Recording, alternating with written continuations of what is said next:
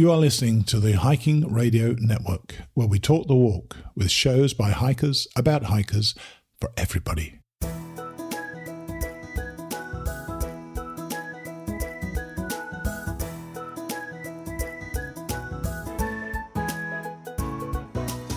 Mighty Blue on the Appalachian Trail, the ultimate midlife crisis. Join Steve and his guests every week as he staggers from Georgia to Maine.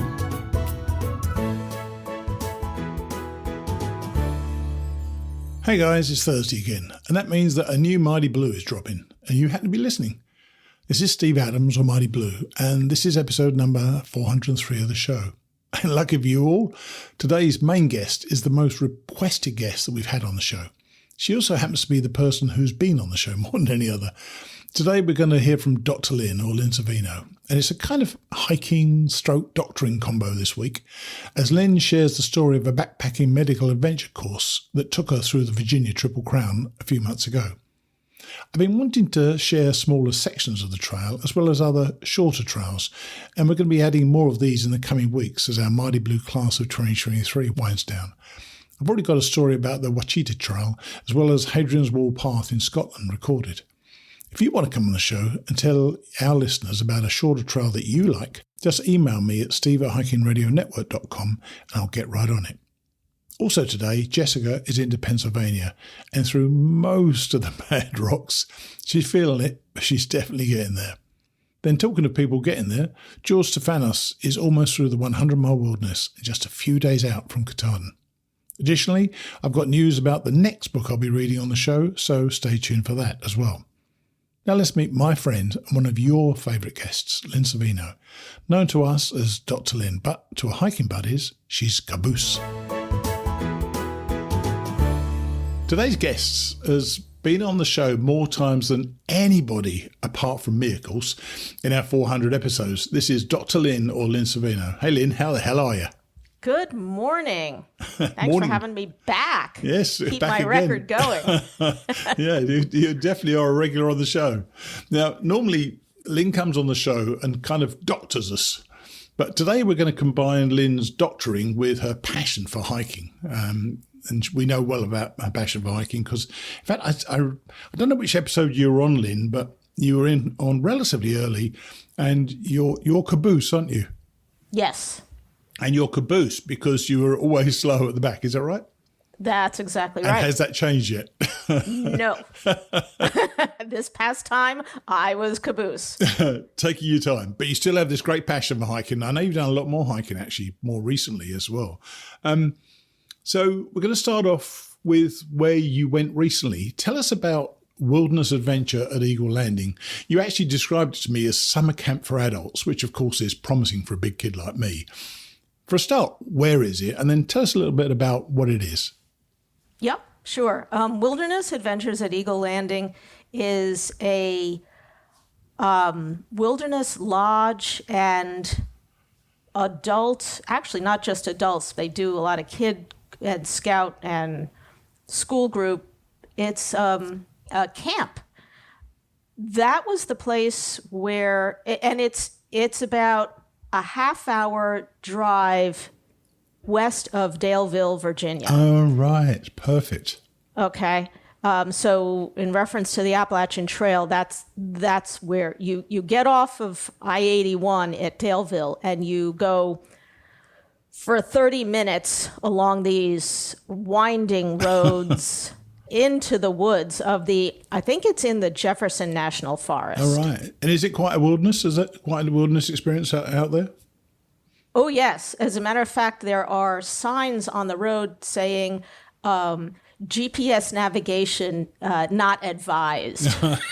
That's not encouraging. I can't exist without GPS navigation these days. Exactly. But this was actually the place where we physically started and finished our adventure. The adventure was run by the Wilderness Medical Society, which I've definitely talked about a lot. Yes, I want to talk about that. That was. Let's go into that now then. You went for this specific purpose.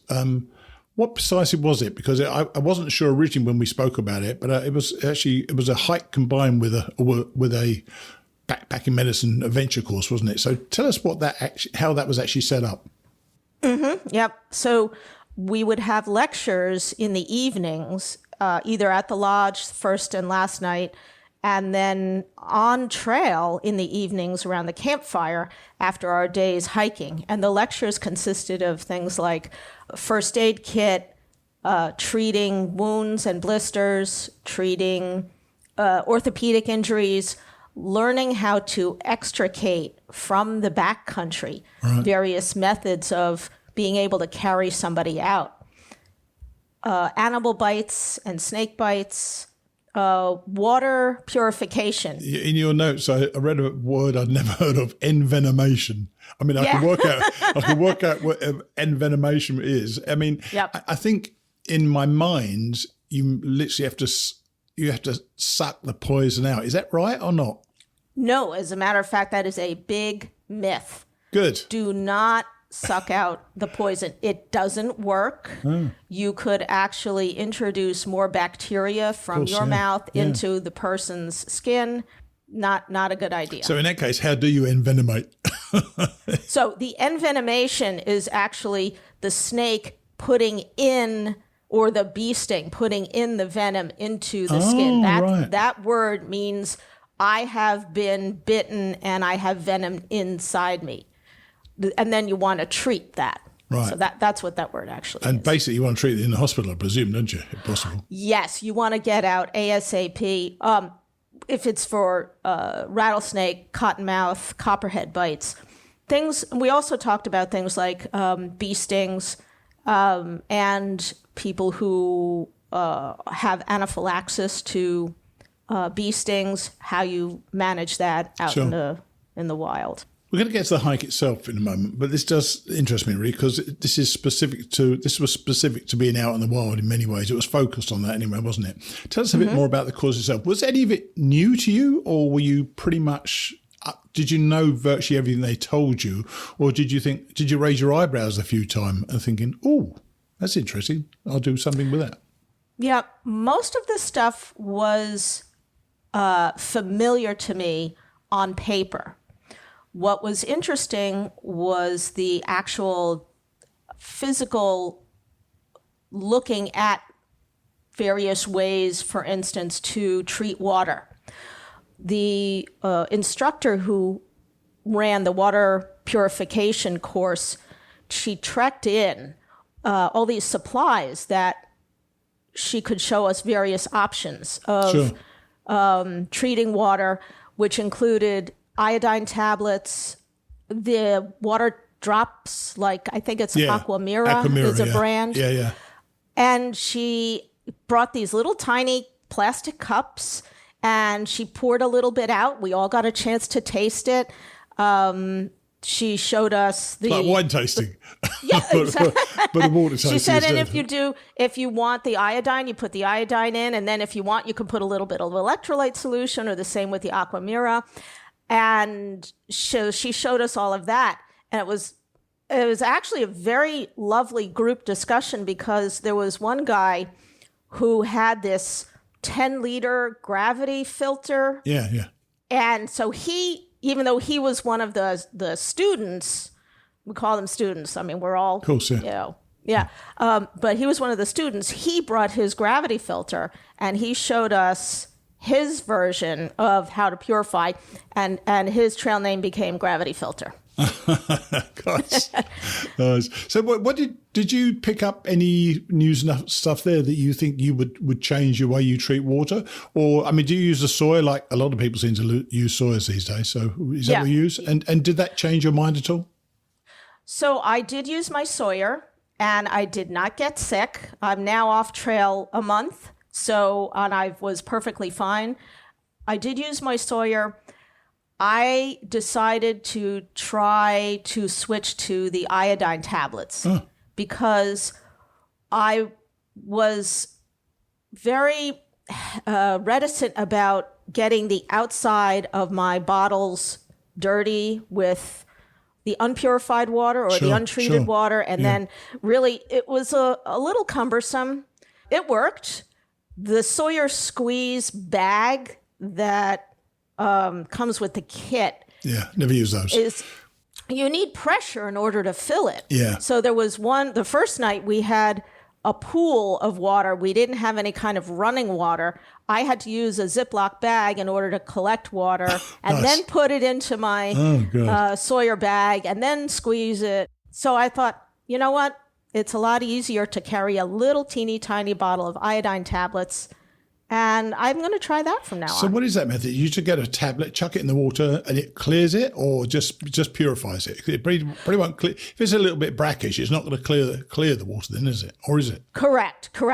Actually, one of the things that I was surprised about, as you said, raised my eyebrows, is the person who did the lecture for the water purification mentioned that it's best if you can use 2 different methods of purification. Oh. That's... Hang on. So, as a consecutive process, not try one time, try one another time. Literally, do a filter method twice. and a chemical purification. Wow. For what reason they say that? Because not every single type of water purification will get rid of everything that's in there.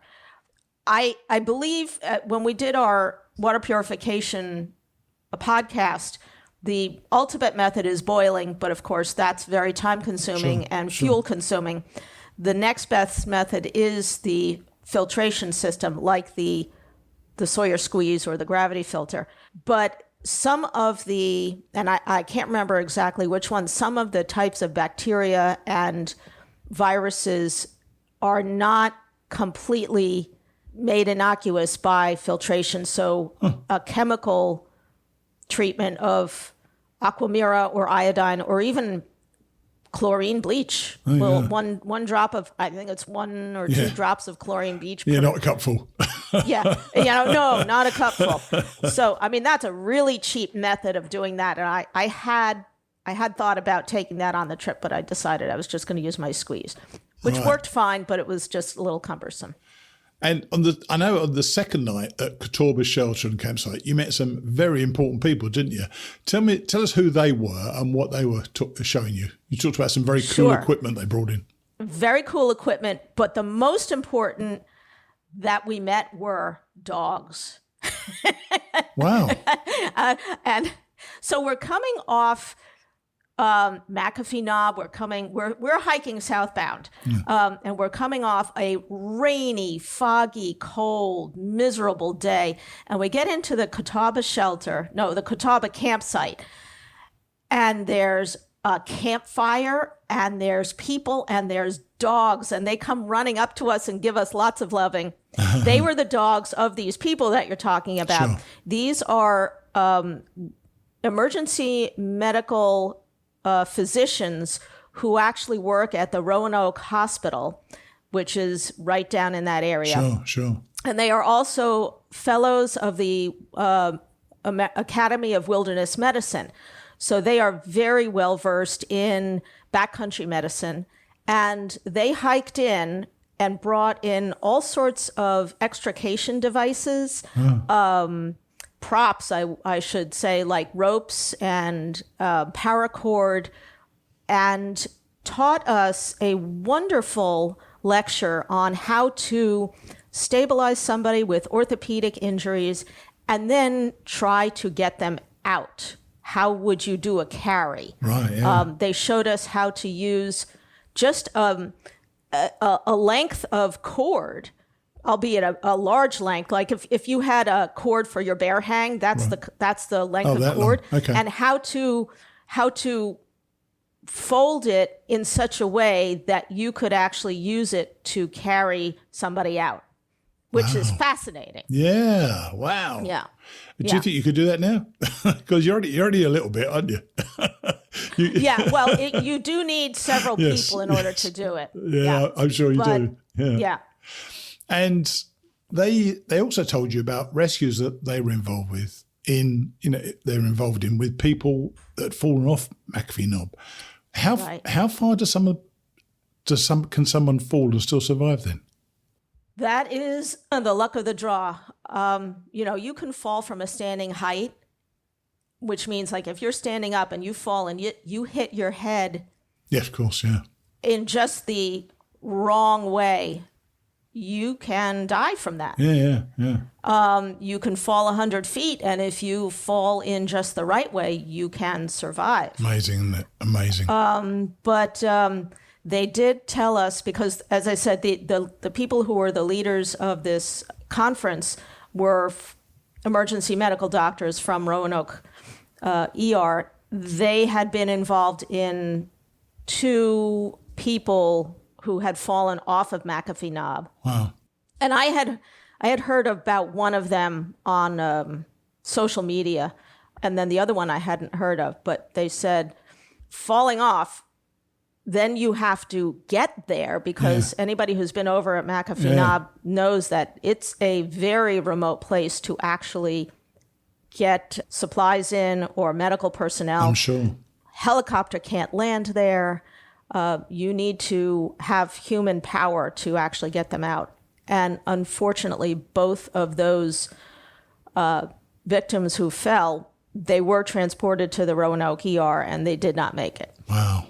Nasty. You know, it's I'm going to talk about the hike part of it in a minute with MacAfee Knob and something, but there was actually one more thing that group did for you, didn't they? So you mentioned there was a mock casualty scenario that the Roanoke group has set up. Did you know that it was coming or not? Did they warn you about it? We did know it was coming. We didn't know exactly the extent of it. We thought that we would get into camp and they'd have various, stations set up, like this is how you take care of a anaphylaxis. This is how you take care of a neck injury. This is how you take care of a broken leg. It wasn't like that, was it? It was not. Tell us how it played out and how you first realised what was going on. So this was one of the days where I was at the back of the pack. Of course. And I'm hiking up. We're hiking southbound. We're on our way up to Lost Spectacles Gap, right before Dragon's Tooth, and we were going to camp about 3/4 of a mile before that. And I'm tired, and I had just filtered water down at the road, so I had a lot of water, and I had weight, and I'm just trudging up this hill. And all of a sudden, I see some of our group come running down the hill. Help, you've got to help us. And all of a sudden you're snapped out of this hiking reverie, and you're like, wait, what's going on? And I was like, oh, this might be it. So they diverted us off to a side trail where they had a number of volunteers from the Roanoke ER come in, and they had mock everything. So this was great. The scenario was a group of hikers that had been caught in a lightning storm. Wow. So we had about a half a dozen victims. One guy couldn't hear because the blast had ruptured his eardrums. Sure. And he had blood coming out of his ears. Oh my God. One woman had gotten a stick stuck in her eye from the blast. One had an anaphylactic reaction from a bee nest that had been disturbed by the lightning strike. Oh, one guy was dead. One guy was having a heart attack. One had a broken leg. I think that was it. You knew all this, of course.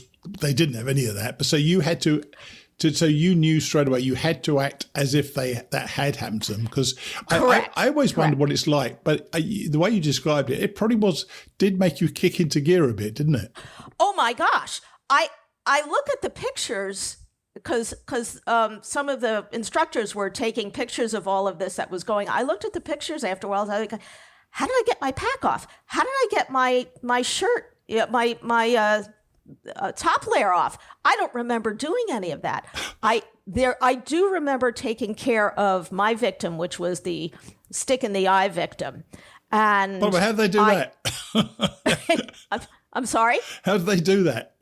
So the most important thing is you do not take the stick out of the eye. Oh.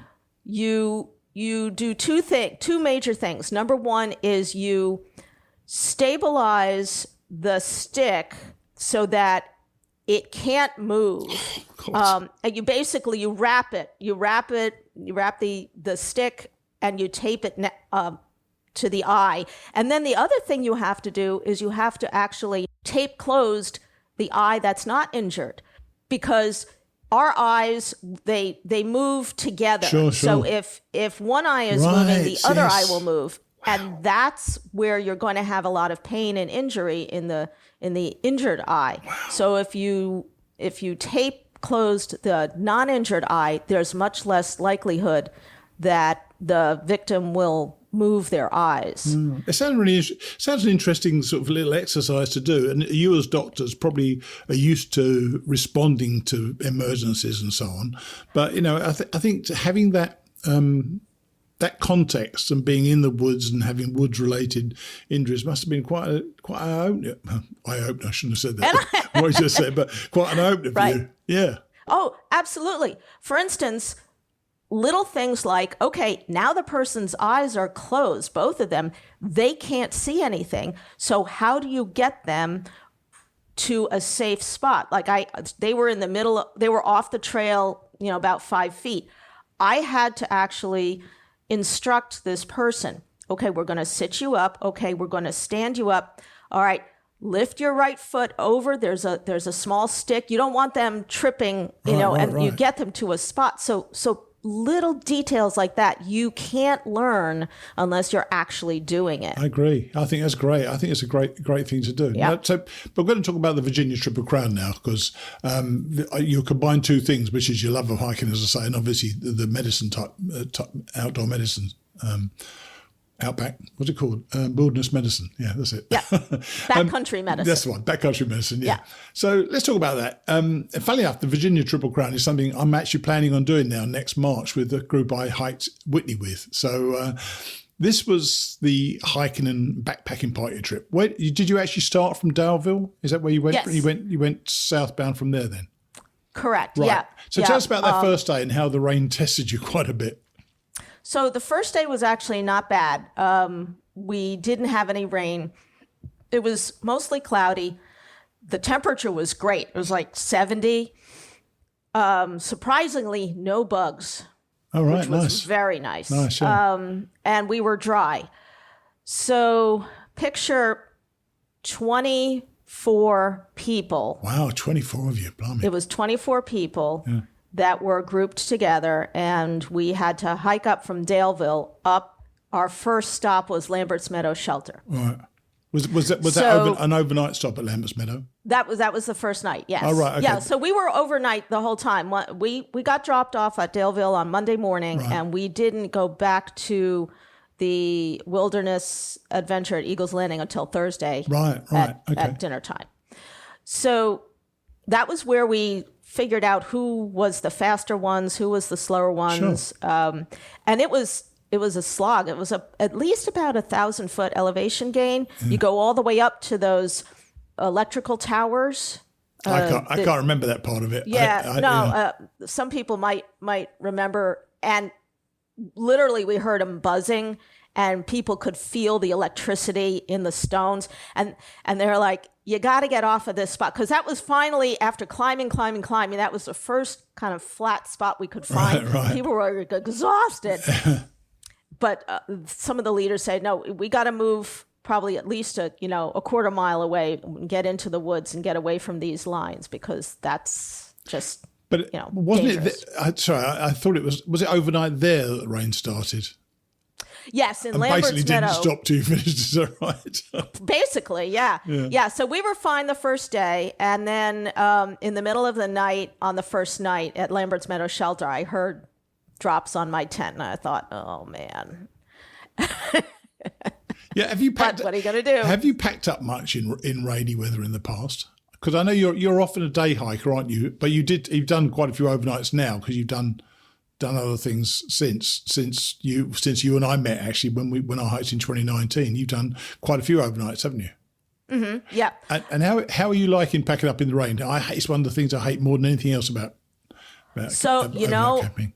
The phrase "embrace the suck." I was like, the Tuesday wasn't so bad because it had stopped raining temporarily when we were packing up and having breakfast and stuff. But the second day, it was raining all night, and it did not stop until about noon the following day. And I was like, what are you going to do? It's raining. Pack up. Yeah. Be glad that your tent was dry. And I will tell you, my sleep system and my tent were top notch. That's good. I was dry. I was warm. I was comfortable. And I was like, you just got to pack up. So this is how you learn. Did anybody stay in the shelter, or did they all stay in their own tents? So we all had our own tents. Some people shared tents. We were not, I don't want to use the word allowed. We were not expected or basically allowed to stay in the shelter. Huh. Some people who are listening to this might say, wow, 24 people, you're not supposed to hike with more than 20 people day hiking, and you're not supposed to stay in a group of more than 10. Well, the woman who put together this particular conference, she had made special arrangements with the Appalachian Trail Conservancy, with the Jefferson National Forest, with all the local hiking groups, I don't remember what's the maintainers group that's in that area, but she had spoken to them, asked permission for this particular group to be here with the understanding that we would be leaving no trace. Yes, we would and of course, by leaving the shelter clear, anybody who came through wanted to use shelter could do. Yeah, that makes a lot of sense. That makes a lot of sense. And of course, on day 2, you went through, I think it was, you go through Tinker Cliffs first. Did you? Because you obviously heard of it as well. Did you enjoy that? For me, it's one of the great spots. I have no idea. It was just a trail because it was, when I tell you, it was socked in fog. Oh dear. Maybe we could see maybe 50 feet all day long.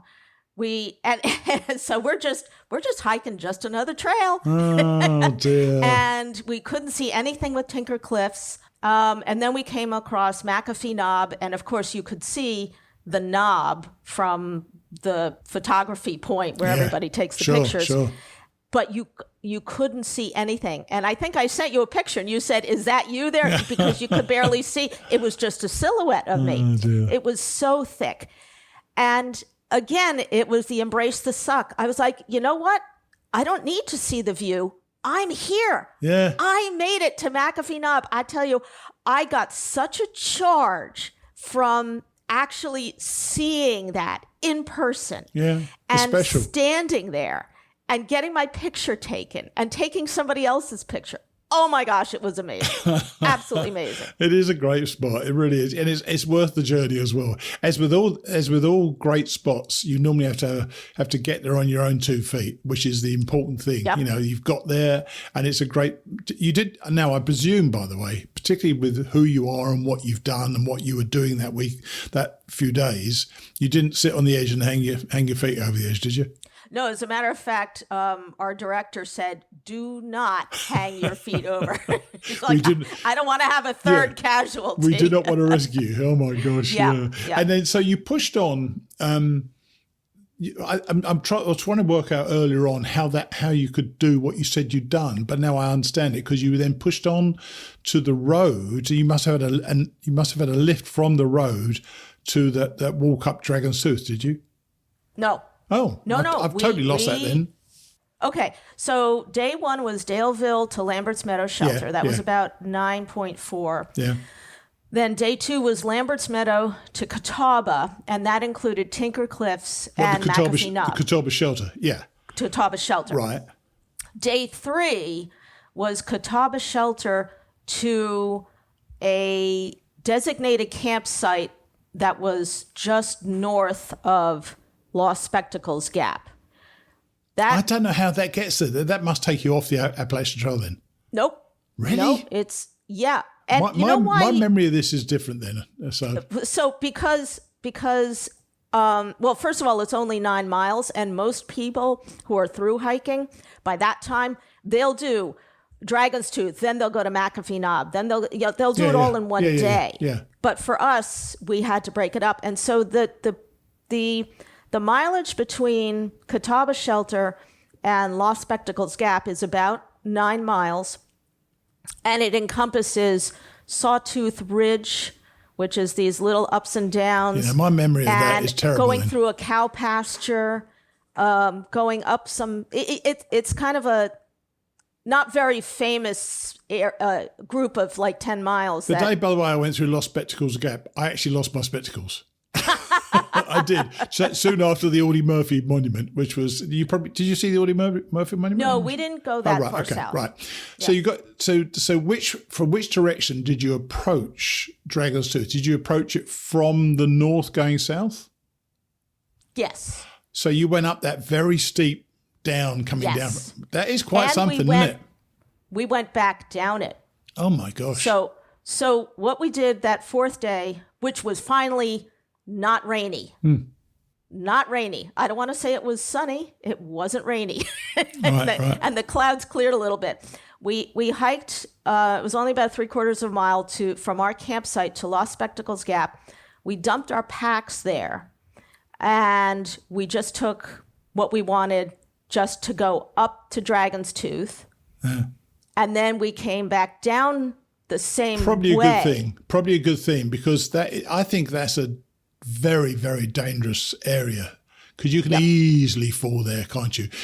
If we're going northbound down from Dragon's Tooth, it is quite precarious, especially on a rainy day, and if you have some rain as well. So you got up there, you got to the tooth. Now, of course, the big question is, did you climb it? Only because I heard your voice in my head so many times saying, "Did you climb the tooth?" And I said, "I cannot disappoint Mighty Blue. I have to climb the tooth." Yes, I climbed it. I didn't climb all the way up to the top, but I climbed a decent amount. You had to you pull yourself up, didn't you? Oh yeah. Yeah. But you know what? Once again, you probably didn't have any views from there. But it's a very my friend Bruce on the Platinum Blazing always refers to these iconic spots. It's a very iconic spot as well. And it was surprising to me how magnificent I thought it looked, because it's only about 50 feet high, 60 feet high, something like that. But it just looks bigger when you look at it. It's just so impressive. It just sticks out there, doesn't it, like a sore thumb? Yeah. I personally liked that much better than I liked MacAfee Knob.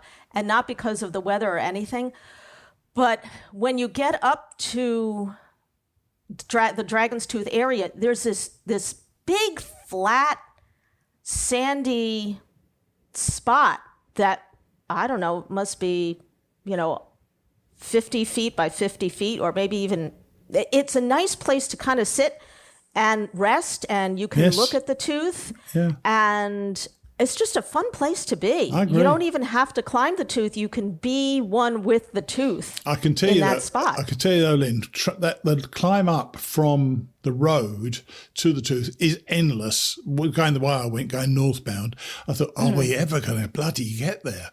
It was horrendous, and eventually we got there, and it was worth it. I mean, it was, as with all these things, it's worth it. Now, you sent me a few other bullet points, and I'm going to ask you a few of those quickly.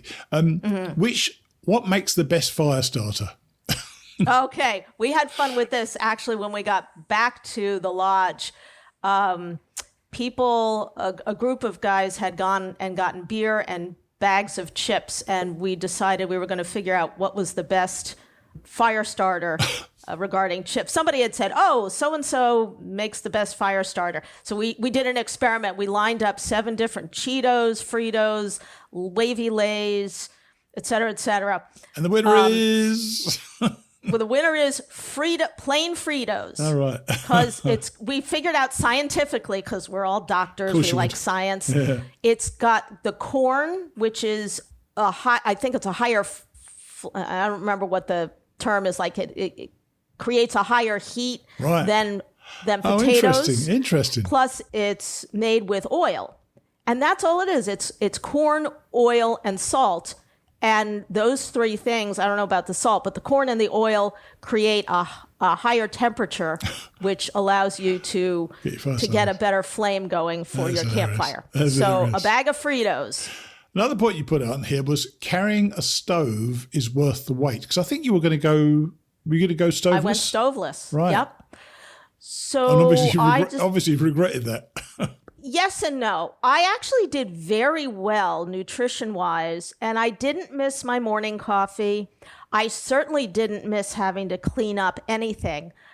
But I could see other people that they boiled their water, they rehydrated their mountain house, and they were just hanging out, just eating nice, warm food, Yes. whereas I was eating peanut butter sandwiches and Cliff Bars. Yeah, doesn't do it, does it? Doesn't work. And and the reason I did that, I said, I'm out for 3.5 days. I can not have to worry. I don't have to worry about, I can deal with not having coffee for 3 days. Yes. I can deal with not having a hot meal for 3 days. People do it all the time. Let me try it. Let me see how I do. And as I said, I was not hungry.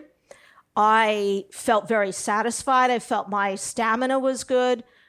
And I loved not having to worry about cleaning up, using extra water, all that sort of stuff. But yeah, there's a but there's the comfort level. Yeah, definitely. And I think I would rather take the stove and enjoy the comfort of mac and cheese. But Lynn, you've done that though. You've worked out what works for you and what doesn't work for you, which we all do on a hike as well. I could not go without my coffee. I mean, I'd be a raving mess after 3 days. I'm at 10 a day.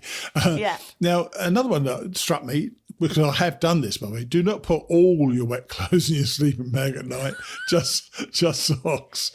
I've actually gone to bed with wettish clothes and tried to get or I've actually in the middle of the night when I'm nice and warm, reached out for my wet clothes and put them on and hoping I will go back to sleep and my warm body will dry them out. It didn't work terribly well, but how did you come to that conclusion about not putting all your wet clothes in there? Right. So the first night, I put my socks and my sock liners in my sleeping bag, and they were nice and toasty dry the next morning. The next day was the big rainy day, and I said, all right, I'm going to put everything in there. It worked really great. And I was cold. I could feel the wet. I could feel the dampness. I said, you know what? Take everything out except your socks. And immediately I warmed up. And my socks were warm the next day. My socks were dry. And honestly, when I put on my wet hiking clothes, probably within about a half an hour, I was back to being warm. Yeah. So when you're just up and moving around and it's not freezing out, we were blessed with temperatures that were very pleasant. Yeah, I mean, I've got raining. wet clothes in the morning, and you start moving and you start warming up, and it soon just makes it much more comfortable. Frankly, you live with a level of discomfort when you're out there. Embrace the suck, as you said. Embrace the suck. Now, I hesitate to ask this one, but 2 people can fit into a one-man tent if they're both small enough. I wouldn't want another person in my 2-man tent. So God knows what it's like a one-man tent. Yeah. So I have a Copper Spur UL1, and I love it. I'm small. I'm 5 feet, 140 pounds. There was another woman there who decided to save weight. She was going to take a bivy sack with her as her shelter. Wow. And by the 3rd day, she was like, this is terrible. She said, I have condensation in my bag, inside, outside. I'm either sweating or I'm dripping. And actually, the second night, she actually did use the Catawba shelter. Fortunately, there was only one other hiker that was not part of our group. He was there in the shelter. She's like, I need to stay dry because it was pouring rain. Cool, sure. So she went into the shelter. And I said to her, if you want, you can share your tent with me. We can sleep, head to toe, and you'll stay dry. And she took me up on it. And we did. We slept in a one-man tent. She's even tinier than I am. Right. And she woke up the next morning. She's like, I got the greatest sleep I've had in a week. I was like, this is great. And I thought, I'm going to be, afraid to turn and move. And I got a good night's sleep. I'm sure I'm bigger than the 2 of you combined. So probably, yeah. But, so you have to pick who you're going to share the tent with. I thought, well, she's really tiny. I think we'll do just fine. She was so grateful. Now, there's our 3 quick ones, which is one was stop to take the photos. And I think everybody thinks they know that, But some people don't want to stop, literally do that, stop and take the photos because they feel they're interrupting their hike a bit.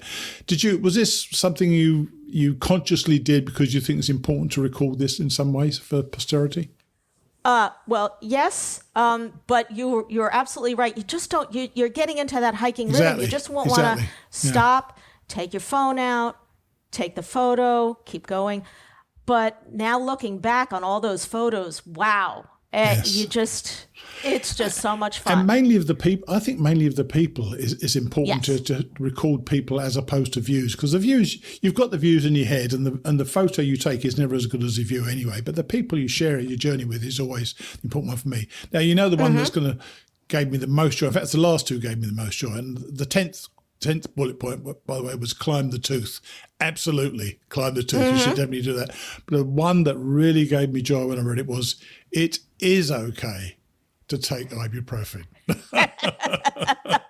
Yes, for those long-term listeners of your podcast, they know that I have a bit of a beef about the frequency that people like to take ibuprofen because it can affect the kidneys and the stomach, and you have to be careful. So what happened to me? I have a problem with my left iliotibial band. That's part of that's on the left side of the outside of the knee. Okay. And I'm very consistent where I can hike about 8 miles before that starts to hurt. And when I'm day hiking, okay, I can do that. Sometimes I can even do 12 miles, but then I get to rest. Well, this time we were hiking at least 8, 9, 10 miles a day, and my band started to hurt, but I couldn't rest. So I had Tylenol with me. I had ibuprofen with me. I tried Tylenol. I tried ibuprofen. It did okay, but I came upon the perfect combination. And I'll preface this by saying we use this all the time in the rehab facility, so I'm very familiar with how well this works. 2 extra strength Tylenol and 2 ibuprofen tablets together. Oh my gosh. Because the 2 of them together actually work in separate ways. So when you combine the 2, the sum is greater than the equal number of parts. Yes. Yeah. So hang on. Is that because one affects? Someone told me this on my hype. It's just come back to me now. You mentioned this. Does one hit the kidney? One hits the liver, and so they don't get in each other's way. Is that right? Well, the Tylenol hits the liver. Term, yeah, that's fine. The Tylenol hits the liver. The ibuprofen hits the kidney. But those are the side effects. Basically, they are. One is a pain reliever, the Tylenol, and the other one is it is a pain reliever. But in addition to that, it reduces swelling. Yeah. So you've got the pain reliever and the swelling reducer together. Right. And that helps. And that, when I took that, I was golden for 4 hours. Wow. I had no pain whatsoever. Wasn't a half bottle of scotch you had as well, was it? No, that was back at the love. Oh dear. Well, look, it's been, as always, great catching up with you, Lynne, and I'm so pleased you did that. And I've only recently said that that's what I want to do next year is the Virginia Triple Crown. It's not a long hike particularly, but it's long enough to know you've been out hiking.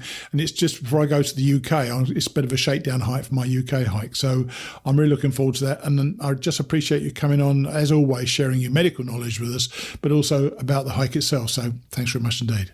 Oh, it's been such a pleasure to be able to share my experience with you and with all the listeners that are here. Okay, Lynne, take it easy, okay? All right. Cheers. Cheers. Bye.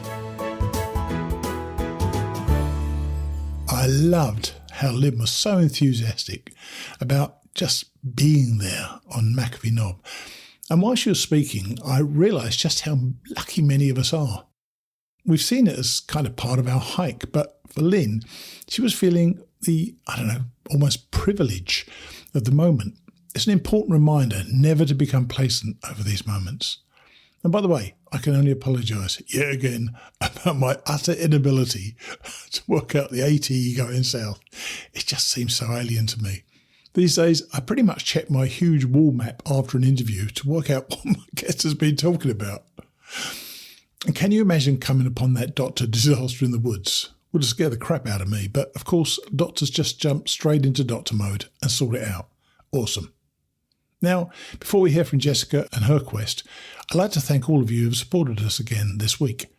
Monthly donors to Step Up Again are Ann Dobson, Mike DiCello, Alan Troy, Jens Lipperheider, Lisa Rana, Brian Helton Jr., Woody Bass and Natisha Webb. As always, love you guys. You rock. Now, let's hear from Jessica on a big day for a hiking partner. Here's Jessica. Hello. Good morning, Jessica. How are you doing? Good. How are you? Well, you're actually in Pennsylvania now, so so how are your feet? They hurt. They definitely hurt. It's remarkable, isn't it? It's remarkable how difficult it is to actually get a spot where there isn't a stone or a sharp rock somewhere, isn't it? Very. So you crossed over Delaware Border Gap and so on. Oh, by the way, we must start with the most important thing. It's Mike's birthday today. Happy birthday. Yes. Happy birthday. And how old is he today, by the way? Good. He's doing good. Not how is he? How old is he? Oh, 49. 49. Oh, no. Next year's a big one then. So, but you said he's good. So he's recovered totally from his strep throat, or is he just pushing through it?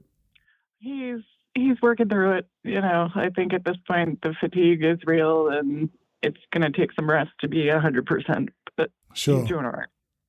I think fatigue has been real for both of you for some time now, though, hasn't it? You know, you kind of get into that thing. You've got some interesting little snippets in your message to me today, and I'm going to start actually with crossing over from Pennsylvania into Pennsylvania on a beautiful day. How is the weather starting to get a little bit better, or have you been not too bad recently? Because we are in December now, so you don't expect great weather, do you? Right. Well, so it's currently snowing where we are. Oh, my God. Woke up to that this morning. Nice. But the last several days, it's been a little bit more on the warmer side. It was definitely very wet. We had one day where we just absolutely got soaked. So the cold hasn't been too bad, but like yesterday was kind of like where it started to turn colder but drier, but now it's snowing. So yeah, it's December. Who knows? Yeah, you've been out there long enough now to have experienced all the weather that can be thrown at you anyway, isn't it? So, you know, that's the way it goes. But the fact that you passed over into the rock. So how far are you into Pennsylvania now? I think we're well over 60 miles at this point. So you're not too far from Duncannon? About 20 miles? We're going to be in Port Clinton today. So. Right. Okay. Oh, I just realised the down going northbound. I know you're going southbound, but going northbound into Port Clinton is the steepest, most horrendous climb I remember on the trail. Certainly in those earlier states. But you're going to be going up out of that. So make sure you have a lot of energy to get up that hill because it's pretty damn steep. Let me tell you. Good thing we're saving that for tomorrow then. Yeah, that's worth it. Worth it. What are you going to stay? You're going to stay on the? Have they opened the field? Because there's a field in Port Clinton you can actually stay in, or are you actually going to stay in a motel, or what? We're going to stay in a hotel. Yeah. All right. Okay. And you've been slack packing apparently. So who's slack packing you now? Not your dad still. No, not my dad still. So we had a Airbnb several nights ago that was very friendly to hikers. So she slack packed us one day, and then we've been staying the last couple of nights at the Lookout Hostel, and they've been slack packing us as well. You're managing your hike. There's no doubt about it. Now, the bit that really caught my eye was you said you had your first two falls on the trail within a couple of miles of each other. It's not possible. You haven't fallen before. The only fall I've taken was out of the Privy on Spartan Mountain in New Hampshire. Which doesn't count as a hiking fall, to be fair. So you've had two hiking falls. What happened? Yeah, so the day that it was raining pretty bad, we're going along and just a slight incline, and it was getting muddy. And believe it, there was actually a place where there wasn't rocks. I had a hard time believing that myself for a second, but one foot started to slide, and I just couldn't regain myself. But I kind of very gently sort of managed to land kind of rolling onto my left side. So luckily didn't impact my back at all, because that's been my number one thing on this is like, I can't fall or I'm going to be in trouble. I did kind of land on top of the mud basket of my trekking pole. So I've got a lovely little bruise developing on my one thigh, but that one I kind of like laughed about because it seemed like such a silly thing, and Mike was ahead of me, and when I caught up to him, I was like, dude, you missed it. I finally, like it was kind of a joke about it. And then like probably less than a couple miles later, it's raining, so I've got like a ball cap type thing I wear, and I've got that kind of pulled down tight, and I've got my rain gear on, so my hood's over things, and I just didn't see it coming, and I smacked my head on a tree that was hanging over the trail. Oh, God. To the point where it knocked me backwards. And again, I think many people have talked about these sorts of things before. Like, it's good that the pack was there because it kind of caught me. But that one, I think, shook me up pretty bad. It took me a while to recover. So after that, it was like not so funny. I don't know about you, but what I tend to feel is that when you fall, it kind of undermines your confidence a little bit. It always did with me. I was hiking very gingerly for the next hour or so after I would fall, because it was, because it hurts you, don't you? How was your back once you fell? It seemed to be fine. I sat on the ground for a good while and was kind of yelling at myself to get up, and nothing was happening. So that was kind of weird. But again, I think I just kind of shocked myself as much as anything. Yeah. You've done pretty well then not to fall too much at all. But you said that same day, the day was sort of made up for by finding a functionally extinct American chestnut tree. I thought they actually were extinct. So this has been so interesting in the last, several miles here. So the Green Tunnel podcast is another podcast I listen to, and they do like these great history things. And I think I was walking in Connecticut when I listened to this recent episode about chestnut trees, which I thought they were totally extinct too, except for the fact that there's a place in New Hampshire where my yoga studio used to be that has a few of them, and I had been through there before, and they had plaques talking about how, they're trying to save these things and whatever. So this podcast was really in depth about this particular tree and how some of the older shelters on the trail actually are made of chestnut wood. Like, that wood does not degrade still. The Manassas Gap shelter in particular, because Mills Kelly, who does the podcast, is the caretaker of that shelter, so he kind of really knows the history of it and all this stuff. So I listened to this thing, and they had this great description of like how to identify if you're walking along the trail where there might be these trees. And we're walking along later that day, and I see, chestnuts have this exterior on the nut that's very kind of spiky and protective, in theory anyway. And I see these like all over the trail, and I'm like, that's so weird. Like, that looks like chestnuts. And then I start looking around me, and sure enough, there's a root ball with a very short tree, because apparently what happens is that they do grow, but they don't reach typically full maturity because they get the blight again, and then they die back. And this kind of continually happens. But so, these shorter trees, And then there were some like leaves still attached to the tree, and it had the pattern that they talked about. And Nice. you could see on the bark, unfortunately, where like the fungus is growing and stuff. So it was just such a cool find, like in the middle of. Good find, but sad. Yeah. But sad. Yeah. It is what it is. As a bit of a sidebar, by the way, I don't know whether you do this over here, but in Britain, they were incredibly popular, the chestnut tree, and the reason they were popular was because the chestnuts, as you say, surrounded in that spiky stuff, they're called conkers in the UK, Conkers, and kids used to drill a hole with a sort of skewer in the middle of the conker, put a bit of string through it, and have conker fights. And they try to knock the other one's conker, break the other one's conker. And if you beat another person, your conker was a oneer. And if you won again, it was a twoer, and then a threer. I once had a 45er. Which ironically was about the number of times I fell on the AT.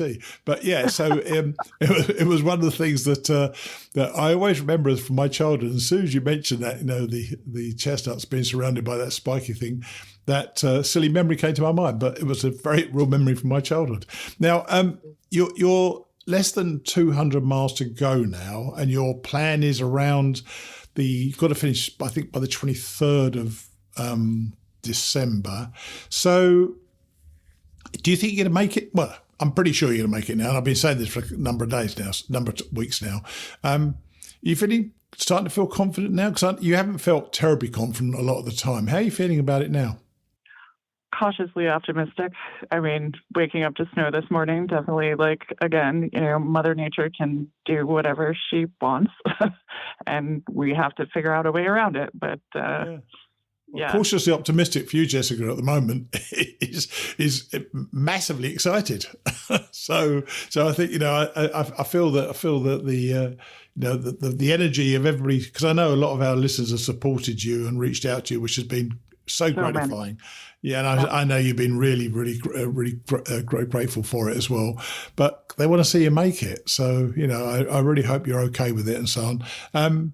What's the plans the next few days? Are you slack packing now, or are you over with slack packing for a while?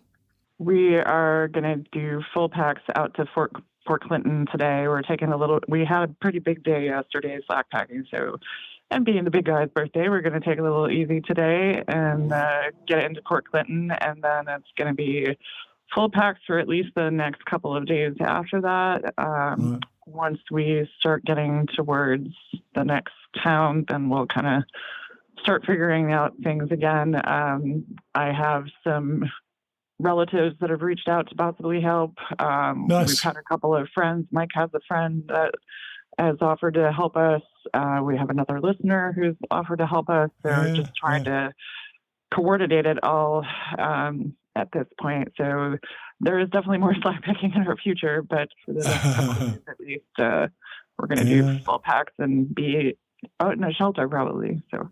Yeah, dear. So you're still going. It's amazing. It's so fantastic. I'm so pleased for you. Okay, well, look, say happy birthday to the big guy, and we'll speak next week, okay? Very good. Cheers then. Bye. Bye. Right, come on. Put your hands up. Everybody who wrote Jessica off about 4 or 5 months ago. Go on, put them up. I've got to say, I've had my doubts several times. And honestly, there were weeks when I thought, will she still be out there next week? And she always was. There's that great expression, how do you eat an elephant? And the answer, of course, is one bite at a time. And that's how Jessica has got within relative spitting distance of the end. And it's why she's going to get there. All you can do every day is to get up, get dressed, eat breakfast, then walk. It's pretty simple in theory, really difficult in practice. I can't tell you how proud I am of her, and I can't wait to hear her when she reaches her own Katahdin in Harpers Ferry. And talking of Katahdin, I'm almost at the end of George Stefanos' epic story of his 1983 through hike. And as you know, I've asked for suggestions for my next book to read. Well, there were suggestions made. There was a request for permission to read a book, which wasn't granted. And then I heard from Emily Leonard, a previous guest on the show, who I actually met, along with her wonderful husband Bruce, at Trail Days. She wondered if I wanted to step out of my comfort zone and read her book on the show. I thought about it, and I decided to do it. I'm not entirely sure what inner secrets and womanly thoughts I'm going to be reading, but Happy Hiking by Emily Leonard will be my next book on the podcast. Hope that you're looking forward to it as much as I am. But before we get there, George has got to get there. Let's catch up with the last few days of his hike 40 years ago. I'll see you next week. Friday the 30th of September 1983. Morning, mile 2087.3. This morning I faced a decision which had been postponed since Monson. I had a choice of taking 2 more long days or 3 short ones to reach Baxter State Park and its campgrounds at the foot of Katahdin. I chose to spend the entire morning of the last day of September savouring Old Antlers camps. It was a relaxing and soul-restoring interlude. It's now 11 o'clock and soon I must depart to begin hiking the 13 miles to Wadley Stream lean-to. Last night after dinner I lay back on my bunk and listened to the cries of the loons floating over the lake, accompanied by the mournful song of a lone coyote drifting down from the hills. The magic I discovered on a similar night at Pierce Pond returned to me, and I grew to love Old Antlers. I just lay in bed for a half hour after awakening this morning. Loons were still calling, and the rising sun was creating long, undulating ripples of gold upon the gently lapping waters of the lake beyond my screen door. Why get up? The 2 men in cabin number 1 left very early. I had a chance to talk with them before they went. They were members of the MATC. I found out that the lady who maintains this section of the Appalachian Trail adopted this place several years ago. Discovering that 2 of the cabins were still structurally sound, she replaced doors and windows, cleaned them up a bit, and even put up curtains in my cabin. Her vision was responsible for one of my finest memories of the entire AT. They left, and I had the whole place to myself. I'm whiling away the morning sitting beside a wooden table on the front porch of number 1, relaxing and enjoying a show. Loons are swimming and diving for fish out upon the lake. The tall pines are teeming with songbirds. The undisputed stars of the show are the rear squirrels. Gathering up fallen cones, they race high up into the treetops, dropping pine cones to the rocks below. The shells smash and the squirrels come tearing back down, dashing around like maniacs, gathering up the meat. Stuffing their cheeks until they resemble miniature rodent Don Corleones, they sprint back to their nests. They are growing bolder about my presence by the moment. One just ran past, not 3 feet from my toes. Winter smites these northern woodlands early and hard. This is no place for slackers or the faint of heart. In actuality, the Appalachian Trail's 100-mile wilderness is somewhat of an illusion. Traces of man exist throughout, but the absence of civilization's heavy hand creates a wilderness of the mind, an aura of untouched primeval forest. In its way, Old Antlers is the heart of this wilderness, a romantic echo of a rather unromantic and basic lifestyle. It seems only fitting that my long trek should end in autumn. These forests' ultimate virtues exist in the brief, ethereal moments just before the season of death and long sleeps. This wilderness is, in effect, a woodland of autumn, a region which has attained its greatest enchantment as a lingering, relatively intact fragment of a vast primeval forest which has passed away. Just as spring is a happy, vibrant time of excitement and growth, autumn is a time of beauty tinged with sadness, of dazzling colours that would soon, too, pass away. Because we tend to love mostly that which we have lost, the things we love grow most precious towards the end. My long odyssey has become very precious to me here, near the end of the trail. The climax has turned into a drifting, idyllic dream. My sojourn at Old Antlers has come to epitomise the dream. Like Flagstaff Lake, I find this place to be haunted by ghosts. However, there are peaceful spirits, remnants of something which has quietly faded away rather than been extinguished. Old Antlers' long decline had been arrested at the very doorway of its winter of death. The place possesses considerable charms which must certainly have lacked during its thriving summer. It is now at its best, suspended in a timeless autumn captured by one woman from Maine with a dream of her own. Later, mile 2100.8. I left Old Antlers at noon. I wish I had enough food for a 4th night on the trail. I would have spent it right there. One of the MATC fellows told me that the proprietors used to canoe people out to this place from nearby Millinocket, Maine. That gives me a great idea for a future trip. I will be back. Note, several years ago I learned that the cabins have been removed. Old Antlers camps exists now only in the memories of those of us who were touched by them. I never did make it back. The first 1.5 miles of trail lingered near the shoreline of Lower Joe Merry Lake. It was a pleasant walk and the going was easy. I could see the deep blue waters of the lake through the trees as I walked.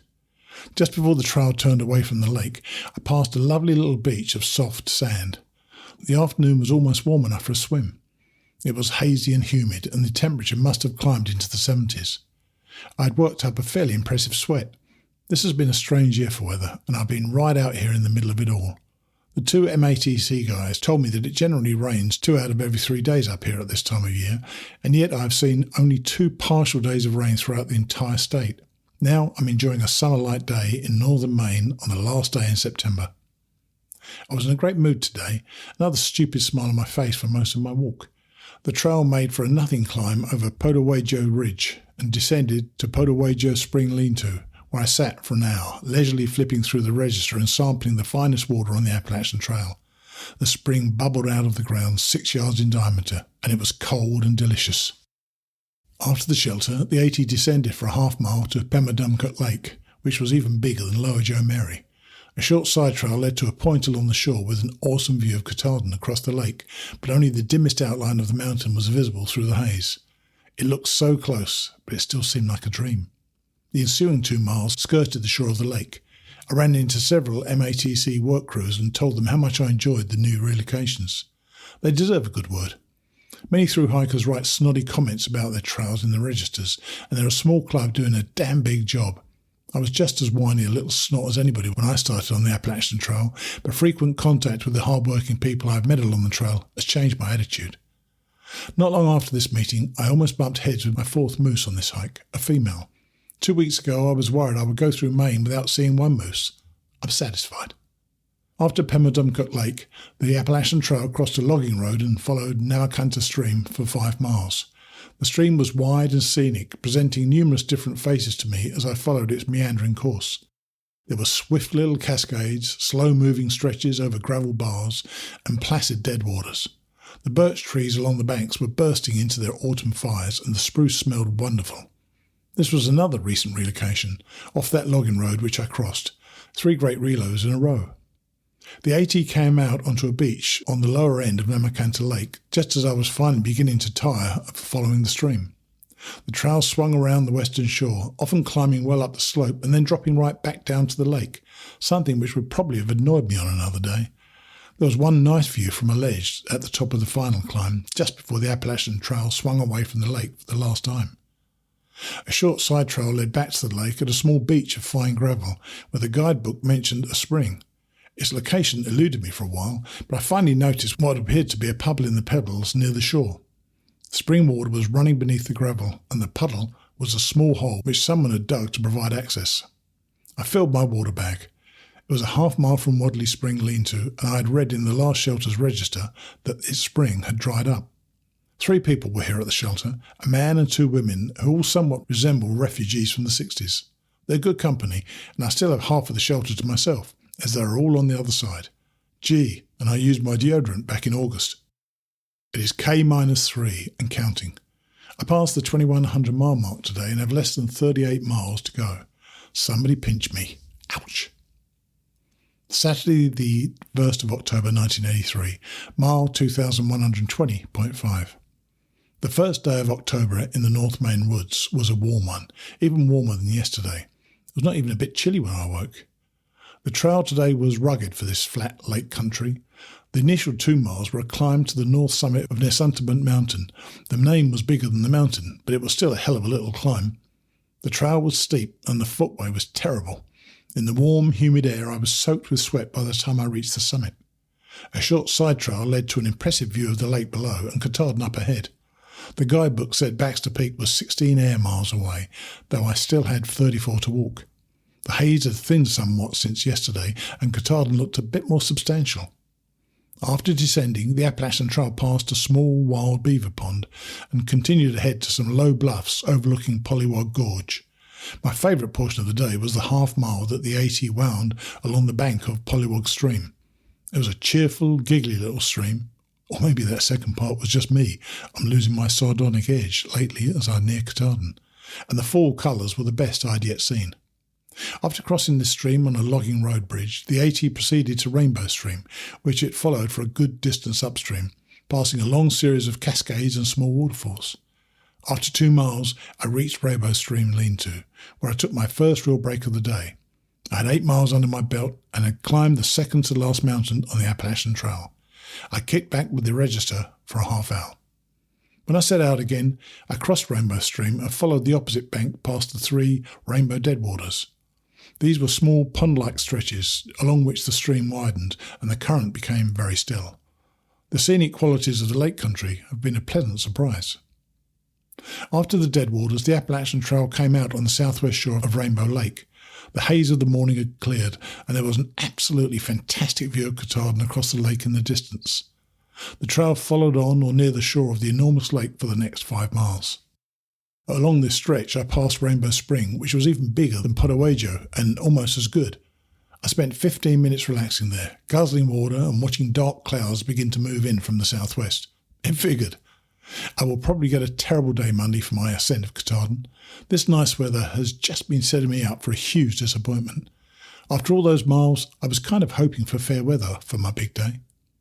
After the spring, the AT continued along the shore, passing Rainbow Lake camps, the third and final of the 3 sets of hunting camps which are still on the trail. These are now private cabins of no use to AT hikers. Something big must have been happening there tonight. Numerous float planes were landing on and taking off from the middle of the lake. At the far end of the lake, the Appalachian Trail climbed a ridge known as Rainbow Ledges. Whoever named all these places worked that rainbow theme to death, don't you think? A large burned-over area near the top had good views. Katahdin seemed almost close enough to touch. So did the thick black clouds drifting sullenly across the sky. My one remaining hope is that it rains tomorrow and gets it all over with before Monday. As the Appalachian Trail followed a wooded portion of the ridge over some knobs, I spotted moose number 5. She was moving so slowly and quietly through the darkening forest below, I almost missed her. After a long descent, I arrived at Herd Brook Lean-To at 6 o'clock. This is the final shelter on the Appalachian Trail, though Baxter State Park rents out similar structures to campers in the 2 campgrounds through which the trail passes. I read in the register numerous stories about backpackers compelled to climb Katahdin with a screaming dose of the trots after sleeping here, so I boiled all the water which I consumed tonight and some extra for the trail tomorrow morning. I still had plenty of tang left to kill that nasty, ashy boiled water taste. I also had a pint of good water in my canteen from Rainbow Spring, so I was able to hoist a cup or 2 of cold tang with my dinner. It's K-2.